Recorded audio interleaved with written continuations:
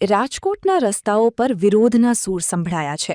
Rapido driver union association સાથે સંકળાયેલા મોટી સંખ્યામાં કેપ્ટનો શહેરના મધ્યમાં આવેલા ત્રિકોણબાગ ખાતે એકઠા થયા હતા. કંપનીની કથિત મનમાની અને સતત ઘટતા ભાડાના દરો સામે ડ્રાઈવરોએ પોતાનો ઉગ્ર વિરોધ નોંધાવ્યો છે. ડ્રાઈવરોનો આક્ષેપ છે કે કંપની પહેલા પ્રતિ કિલોમીટર ₹15 આપતી હતી, જે ઘટાડીને પહેલા ₹12 અને હવે માત્ર ₹11 કરી દેવામાં આવ્યા છે. માત્ર મુસાફરી જ નહીં પણ પાર્સલના ભાવમાં પણ કંપનીએ કાપ મૂક્યો છે. ડ્રાઈવરોનું કહેવું છે કે મોંઘવારીના જમાનામાં આ ભાવે કામ કરવું હવે શક્ય નથી.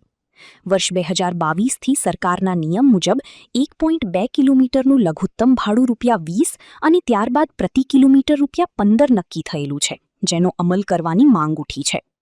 ડ્રાઈવરોએ કંપનીને અલ્ટિમેટમ આપતા જણાવ્યું છે કે જો 5 તારીખ સુધીમાં સરકારી ભાવ મુજબ ₹18 પ્રતિ કિલોમીટરનો દર લાગુ કરવામાં નહીં આવે તો ઉગ્ર વિરોધ પ્રદર્શન સાથે રેલી કાઢવામાં આવશે. રાજકોટમાં 300 જેટલા રિક્ષા ચાલકો છે તે હડતાલ પર ઉતર્યા છે. મારી પાછળના જે દ્રશ્ય બતાવી રહ્યો છું, રિક્ષા ચાલકો છે વિવિધ માંગ સાથે હડતાલ પર ઉતર્યા છે. મારી સાથે રિક્ષા ચાલક છે, તેમની સાથે વાત કરીશું. શું નામ ભાઈ તમારું? સાહેબ, મારું નામ કેતનભાઈ વોરા છે. આ માટે હડતાલ પર ઉતર્યા છો?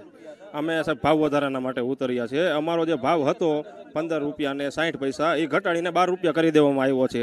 બરોબર. સરકારી ભાવ ગુજરાત એસોસિએશન પ્રમાણે ભાવ ₹18 હાલે છે, એની બદલે ₹12 કરી દેવામાં આવ્યો છે. અમે સરકારી ભાવની તો માંગણી નથી કરતા, પણ અમારો જે ભાવ હતો એ ભાવ અમને પાછો કરી દો. બસ આ માટેની જ અમારી માંગણી છે. જો અમારો કોઈ નિર્ણય નહીં આવે તો અમે રાજકોટમાં રેપિડોનું કામકાજ સંપૂર્ણપણે બંધ કરી દેશું. કેટલા રિક્ષા ચાલકો ભેગા થયા છો અને શા માટે ભેગા થયા છો? અમે 300 થી 400 રિક્ષા ચાલક અત્યારે ભેગા થયા છીએ. બરોબર ને હજી અમારો પ્રયાસ એ જ રહે કે જો રેપિડોવાળા અમારી માંગ પૂરી નહીં કરે, ₹15 કિલોમીટર નહીં કરે, તો અમે રાજકોટ લેવલે સંપૂર્ણપણે રેપિડો બંધ કરવામાં આવશે. બધાની આઈડી અમે લોગઆઉટ કરશી અને તેનું ભાડું પણ ઉપાડવામાં નહીં આવે કોઈનું. જે રિક્ષા ચાલકો છે તે મધ્યમ વર્ગમાં રહે છે, પરંતુ રેપિડોમાં ભાવ વધારાને લઈને ત્યારે માંગ પર ઉતર્યા છે. ત્રિકોણબાગ ખાતે હડતાલ પર ઉતર્યા છે. કેમેરામેન હર્ષ સિંજુવાડિયા સાથે કરણ જોગલ, અબતક ચેનલ, રાજકોટ.